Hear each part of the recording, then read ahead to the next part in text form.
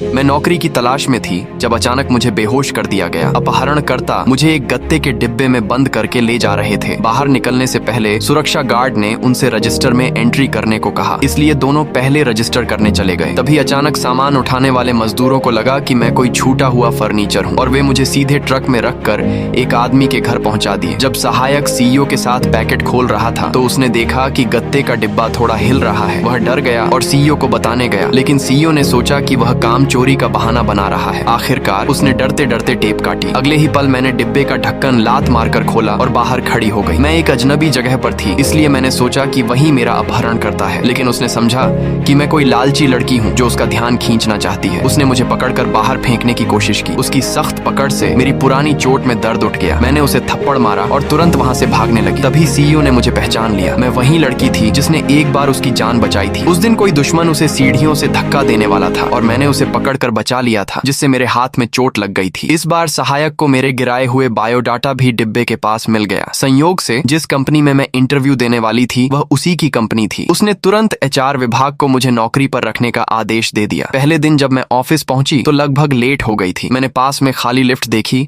और बिना सोचे समझे उसमें चढ़ गई। मुझे नहीं पता था कि वह सीईओ की निजी लिफ्ट है। बाकी लोग मेरा मजाक उड़ाने का इंतजार कर रहे थे। मेरी सुपरवाइजर ने भी सोचा कि मेरा सीईओ के सहायक से कोई खास रिश्ता है, इसलिए मुझे नौकरी मिली है। उसने सीईओ से शिकायत कर दी। उम्मीद थी कि वह मुझे निकाल देगा। मैं डरते हुए नतीजे का इंतजार कर रही थी, लेकिन सीईओ ने कहा कि मैं आगे से उसकी लिफ्ट कभी भी इस्तेमाल कर सकती